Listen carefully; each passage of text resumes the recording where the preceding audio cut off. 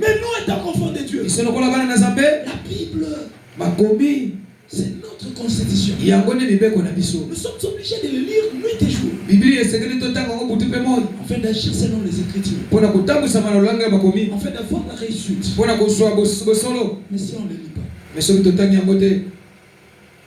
comment tu vas chasser le diable? Comment tu vas connaître Dieu? Comment tu vas sonder la volonté de Dieu? Comment tu vas connaître la révélation qui est cachée? Et comment tu vas sauver les autres? La Bible dit qu'il faut que la parole de Dieu habite ta foi abondamment. Comment tu peux remplir ton cœur dans la parole si tu ne lis pas? Amen, amen. Prenons de d'autres exemples, revenons dans le chemin, revenons à la raison pour lire la Bible.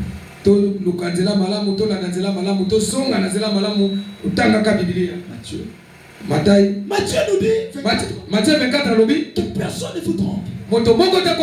La foi de plusieurs personnes s'est refroidie. Même dans les réseaux sociaux, ce qui était prévu pour enseigner, des personnes destinées pour l'édification, ils sont devenus des politiciens.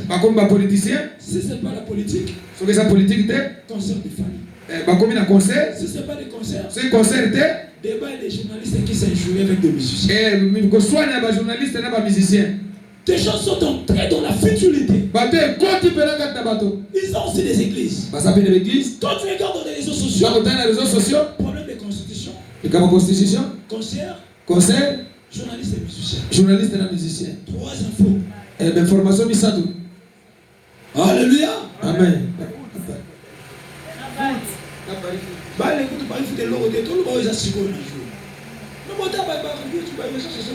On va vous envoyer. Les gens ne lisent plus la Bible.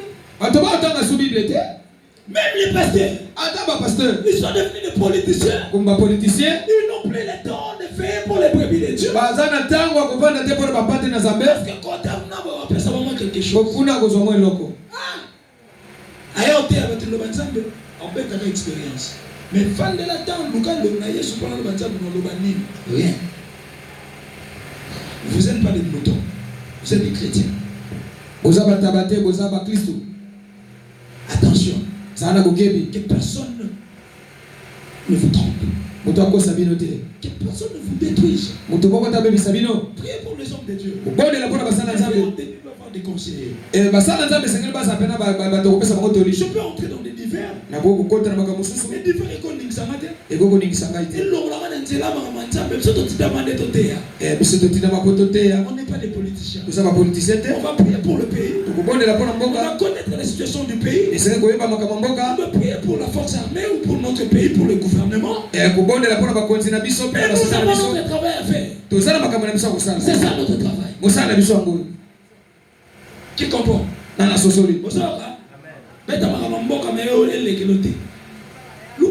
C'est important. Car plusieurs viendront sous mon nom. Plusieurs viendront.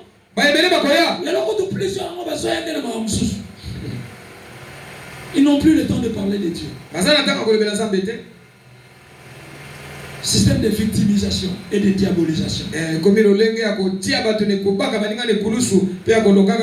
je dis A, si l'autre refuse A, je le diabolise. Et moi-même, je suis sorti comme un bon. Je me victimise. Je diabolise l'autre. Et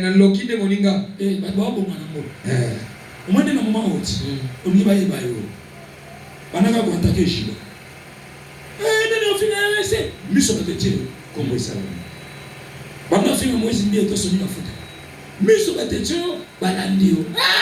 Enfant de Dieu, sortez dans ces choses. Je peux connaître la situation de mon pays. C'est pas mon travail. Dieu nous a appelés pour l'édification de son peuple. Il nous a appelés pour prêcher la bonne nouvelle. Pour que les gens donnent leur vie en Jésus. Attention. Isa, c'est moi qui suis le Christ. Il y a des personnes qui vont vous dire des choses. Qui ne cadre pas avec la vérité. Pour vous troubler inutilement. Nous avons beaucoup de personnes qui se sont naufragées spirituellement. Si tu avais 100 brebis, si l'un s'égare, tu vas garder les 99 pour suivre l'un qui est perdu. Les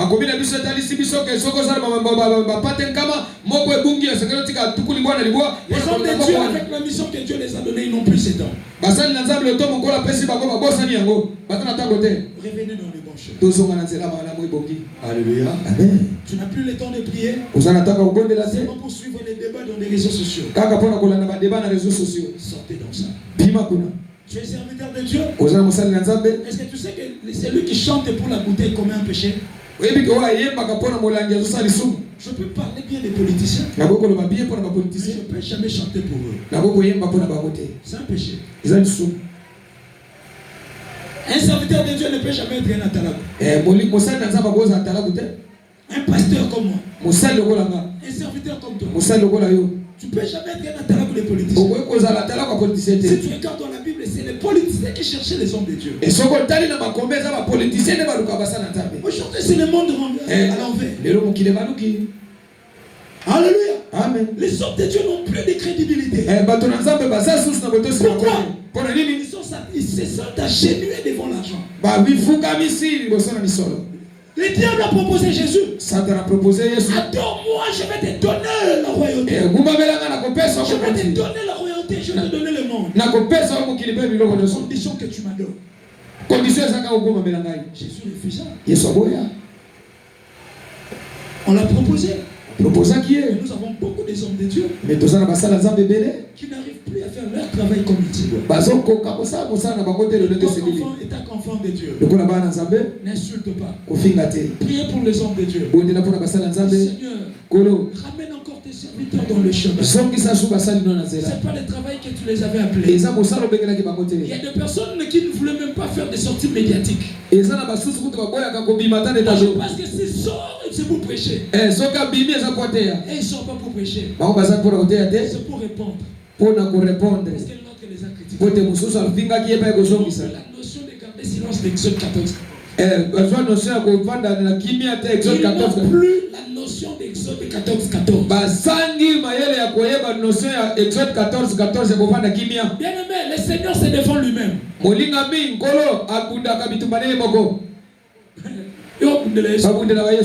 Dieu se défend lui-même. Il n'a pas besoin de toi. Amen. Qui comprend? Papa, ce n'est pas Kangio. Comme tu dis, bon, mais moi, je suis après, je vais le boxer. Zamba